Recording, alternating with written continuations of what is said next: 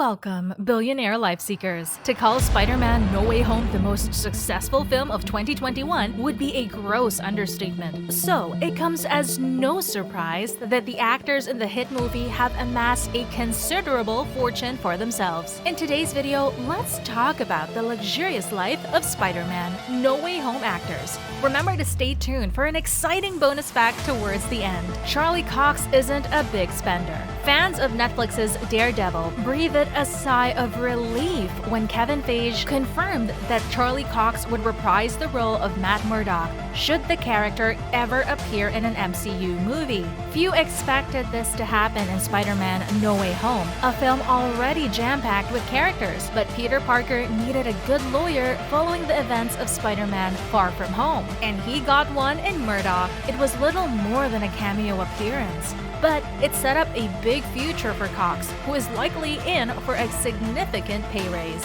There's been a lot of online speculation over how much Cox got paid for Daredevil. When the show debuted in 2015, The Hollywood Reporter estimated that bigger stars can earn $150,000 to topline a series in its first season. Speaking to New York's Daily News the following year, Cox insisted he wasn't earning the big bucks. "I'm not a big star, so you can't demand those huge paychecks when you sign on," he said. "I do fine, no complaints, no residuals on Netflix of course, so that's part of their brilliant business." Cox often takes pay cuts to star in plays and smaller projects, but he's always been careful with the money he does earn. "To be honest, I'm not a big spender," he said. "I hate cabs, I take public transport everywhere. The economical Brit has an estimated net worth of $5 million.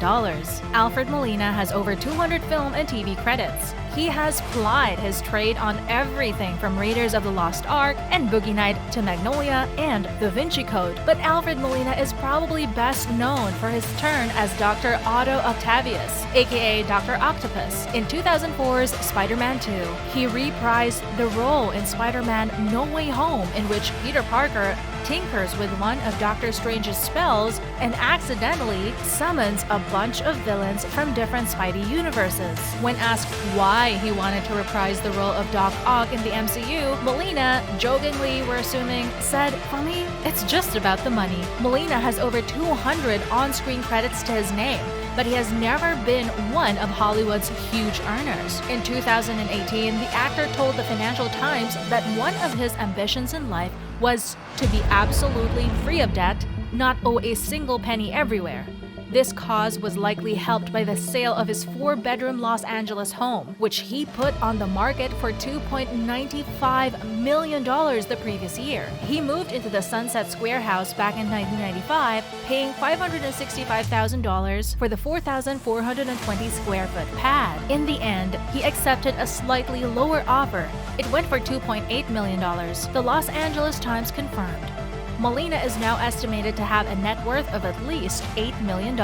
Andrew Garfield says Spider-Man movies are all about money. Unlike the other two Spider-Men featured in Spider-Man No Way Home, Andrew Garfield only got to star as Marvel's wall crawler since 2012's The Amazing Spider-Man and the 2014 sequel, The Amazing Spider-Man 2. The third film was planned, but it didn't materialize and Garfield never got his trilogy. What he did get, however, was a nice payday. According to International Business Times, the Brit pocketed $500,000 for his first outing as Spidey, and then made double the amount for the follow-up. He's rumored to have been paid a straight $1 million to reprise the role in the MCU, though Garfield was never in it for the money. Speaking to The Guardian in 2021, the actor recalled the heartbreaking moment he realized money is all that matters when it comes to Spider-Man movies. "There are millions of dollars at stake, and that's what guides the ship," he said. "It was a big awakening, and it hurt."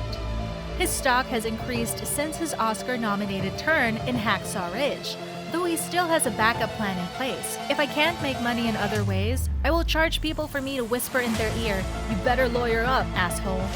He joked during a BuzzFeed interview, referencing a key line from 2010's The Social Network. At the time of this writing, he's reportedly worth $13 million.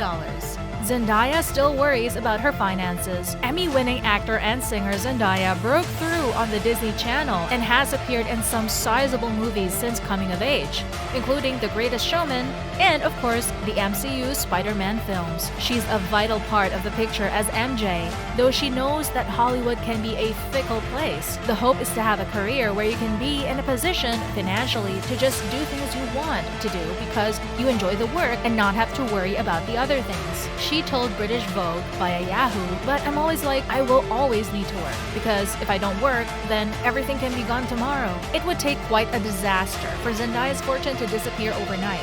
According to Entity magazine, she made over $1 million from her numerous Disney projects and earned roughly $345,000 when she came in second on Dancing with the Stars in 2013. She was paid $300,000 for her relatively small role in Denis Villeneuve's Dune, according to reports, and she's set to play a much larger part in the upcoming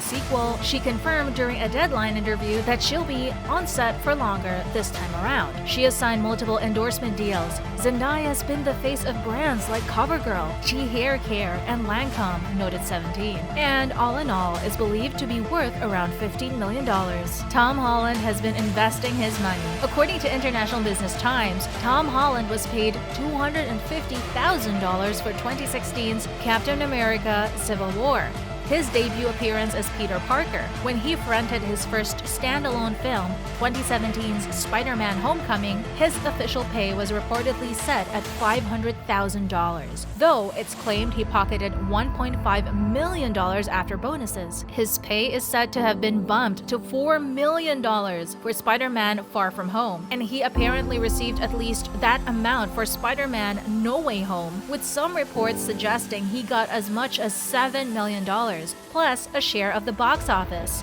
In his other Marvel appearances, he reportedly made $3 million for Avengers: Endgame, and it's no wonder he has a sizable fortune for a young actor. Holland is worth approximately $18 million. What does a guy like Tom Holland do with all that money? According to the British press, a lot of it is tied up.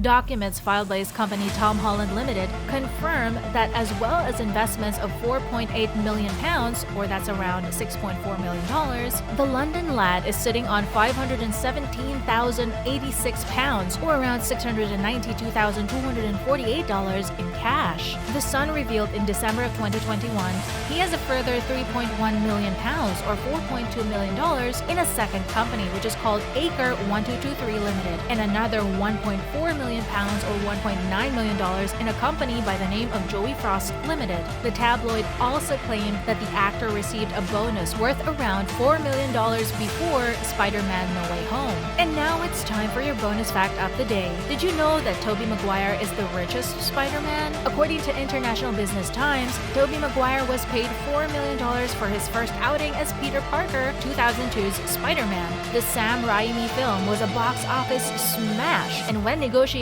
over the sequel, 2004's Spider-Man 2, began, Maguire asked for a piece of the pie. On top of an increased flat fee of $17.5 million, the actor reportedly secured 5% of the overall takings, which equated to just under $40 million. Going by Box Office Mojo numbers, which of the three Spider-Man is your favorite? Please let us know in the comments section below. That is all we have for you today. We hope you enjoyed that video. Please remember to like, subscribe, and hit that bell icon for more videos on your favorite Marvel actors.